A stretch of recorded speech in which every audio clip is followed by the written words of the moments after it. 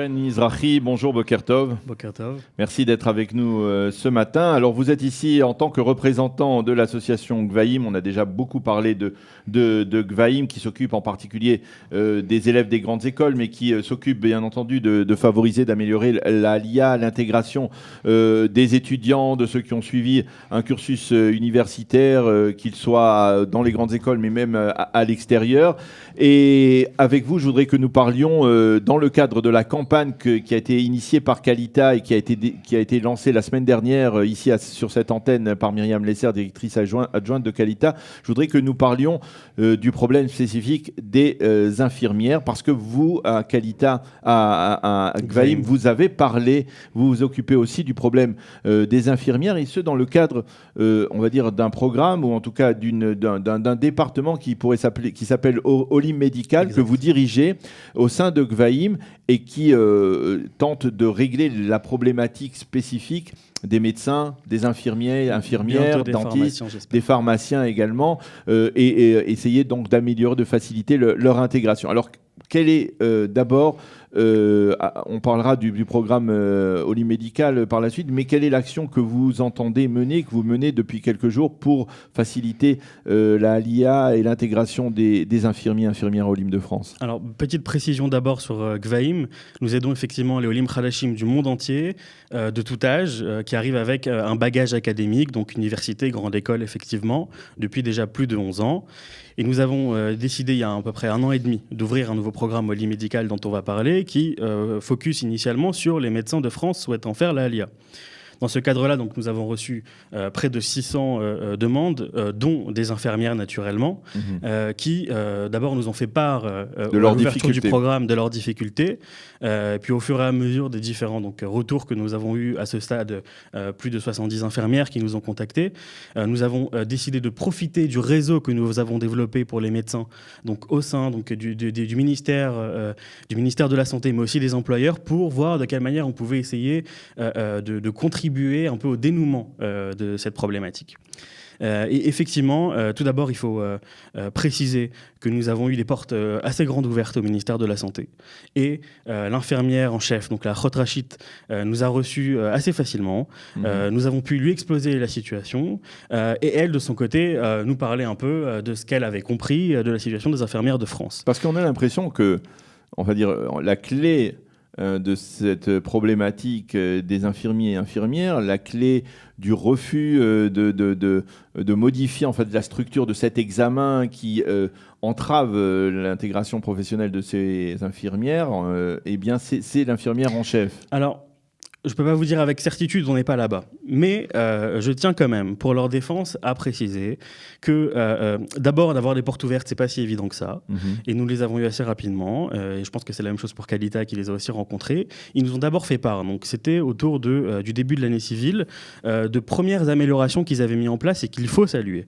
En l'occurrence, la mise en place donc, d'un programme financé par le MISRA d'Aklita, le ministère de l'ALIA et de l'intégration, qui permet à ces infirmières de mieux se préparer au concours, à l'examen dont on parle. C'est le programme qui est lié à la Méocrédet ? Pas encore. C'est pas celui-là. Pas encore. C'est déjà une formation financée qui n'existait pas avant. Alors, quelques soucis techniques, on a été prévenu un peu trop tard, il a fallu donc prévenir chacune des infirmières quelques jours à l'avance du programme. Donc, il y a encore des avancées, mais il fallait juger sur preuve et d'abord pour voir ce que ce programme allait donner. La question que je vous pose, c'est une question que j'ai déjà posée aussi aux infirmières qui étaient présentes ici. Est-ce qu'on a le sentiment que l'infirmière en chef essaye de bloquer l'entrée sur le marché du travail infirmières Olim de France? J'ai du mal à y croire. J'ai du mal à y croire d'abord parce qu'elle nous reçoit, parce que les avancées sont progressives et pas encore suffisamment significatives. Et c'est pour ça qu'il y a cette pétition. C'est pour ça qu'on continue à travailler avec elle. J'ai du mal à y croire, surtout parce qu'on fait face à un réel manque d'infirmières en Israël. Oui, justement, c'est le paradoxe. On n'est pas dans une situation où on va faire rentrer... Alors pourquoi cela semble si difficile? Parce que c'est une campagne, la campagne de Qualita donc, de ces derniers jours, la pétition, c'est finalement l'expression d'une sorte de ras-le-bol du fait que ça n'avançait pas. que ça n'avançait pas suffisamment vite. Pourquoi est-il si compliqué de modifier, on va dire, la teneur de cet examen, de le passer d'un examen théorique avec des questions américaines à un examen pratique qui serait plus accessible et pour l'ensemble des infirmiers, infirmières OLIM? Je pense que les recherches que le milieu associatif a fait, Gvaïm, Kalita et d'autres, sont très importants. On permettent d'apporter justement la matière au ministère pour réévaluer sa position. On l'espère, on a bon espoir que ces éléments qu'on va leur apporter, qu'on leur apporte, vont justement permettre de faire infléchir la situation. C'est aussi pour ça qu'on contribue et on fait ces recherches, c'est justement pour essayer de leur faire infléchir.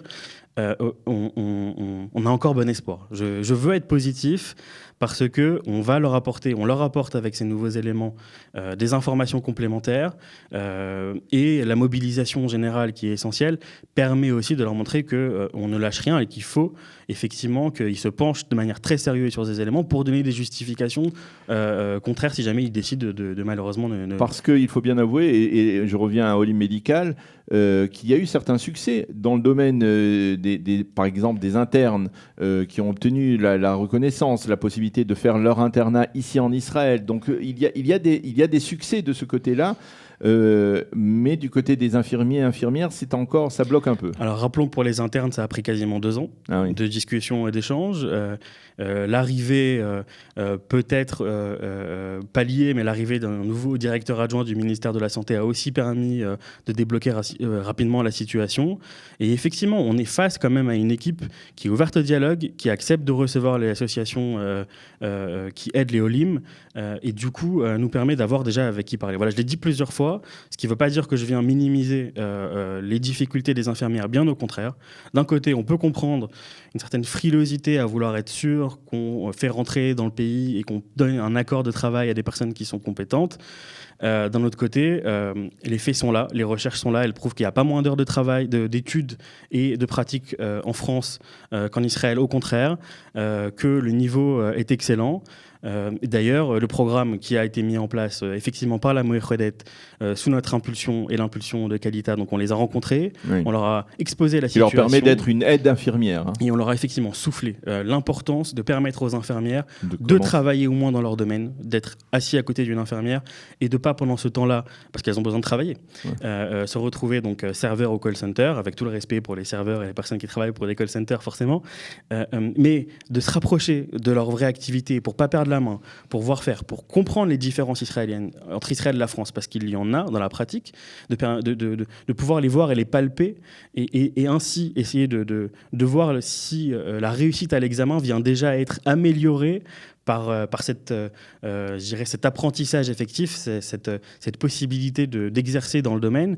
Et c'est pour ça qu'on a été très, très insistant et qu'on a incité la Meouchedet, mais aussi les autres coupotes qu'on a rencontrés, d'ouvrir ce programme. Alors, une dernière question avec une réponse rapide si possible. J'ai parlé des internes, c'est un des succès obtenus pour faciliter le passage, les équivalences entre ce qui se passe en France et ce qui se passe en Israël. Est-ce que cela pousse, vous avez déjà des retombées, un feedback qui vous permet de dire que cette équivalence encourage des jeunes qui sont à la veille de l'internat à venir faire leur internat en Israël plutôt? Alors c'est très encourageant parce qu'on reçoit énormément de demandes.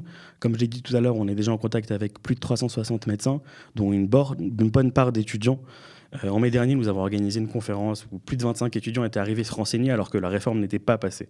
Maintenant qu'elle est passée, forcément, ça suscite de nouvelles questions, des premières candidatures, et nous l'espérons donc venir à ce micro vous raconter les premières success stories dans les prochaines semaines.